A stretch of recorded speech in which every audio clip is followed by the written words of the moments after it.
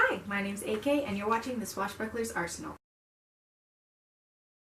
Today's video is going to be a sew with me video, and I'm just going to take you all along with me in the process that I do when I'm sewing something. So the first step is obviously to pick a project. Today's project is going to be these pants that I've been seeing go around a lot, and I wanted to make some for spring as it is right around the corner and the spring weather has kind of already hit Tennessee. The second thing I do after I know what I'm going to make is I look at inspiration photos and I kind of get a feel for what the makeup is, how it's built. So that leads us into step 3. Step 3 is picking, for me, this is how I make garments. Step 3, I pick a similar pattern. Just the basic block pattern pieces, it's going to make the structure. And obviously what I was looking for was pants, and then I was looking for some specific key things that I needed. I needed them to be high-waisted, and I wanted the bottom of the pant legs to be full. So some pants will be tight at the bottom, some pants will be, medium. I wanted them to be pretty full. So I was looking for a pattern that had high-waisted and that were pretty full on the bottom. So after you find a pattern that works, what you need to do is evaluate what's missing. So obviously the similarities we have is that they're high-waisted and that they have big bottoms, but the things that they're missing is, number one, it has a fitted waist, which we don't want. It has a fly, which we want to get rid of. It has a waistband, but we didn't need a waistband because I didn't need a waistband because the fabric that I was using already needed a lining, so I was just going to make a finished edge by sewing the lining to the front. There are belt loops on the inspiration photos that I had, but I went against that just because. And then obviously we'd need to add a tie. So now that we've evaluated what the pattern doesn't have and what we need to add on, the next step we go to is mock-up.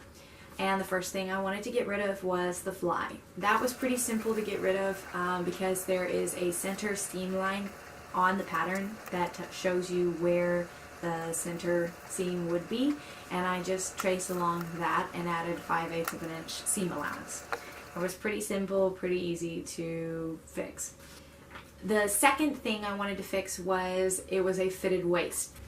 Obviously I don't want a fitted waist because it's gathered on the waist, and so I needed some excess so that when I tied it, it would get that gathered look. So what I did was I added to the side seams by simply going from the hips straight up instead of coming in for the waist. So then after I'm done with the mock-up, I put it all together and then I try it on and make sure that it fits. And I evaluate if I want to just go from there, or do I need to make a new mock-up? Is there problems with it that I need to fix? With this one, there were a couple of things I wanted to fix.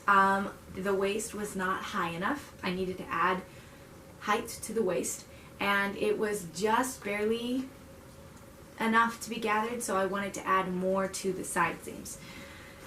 If this was a project I was making for someone else, I would want to be extra sure, and I probably would have cut out a new mock-up. But because pants are so much fabric and it's really the only things I needed to adjust were at the top, I really didn't want to cut out a whole new pant leg. So instead what I did is I just went straight to the next project. Because this is for me, I don't mind if there's a couple of mistakes, and I was able to just go ahead and do that. So I went ahead and started cutting out of the actual fabric. I added 5 inches to the top of the waist, and I added 2 inches to each side. And that really helped bring the waist up and open it up and made it the way it's supposed to be.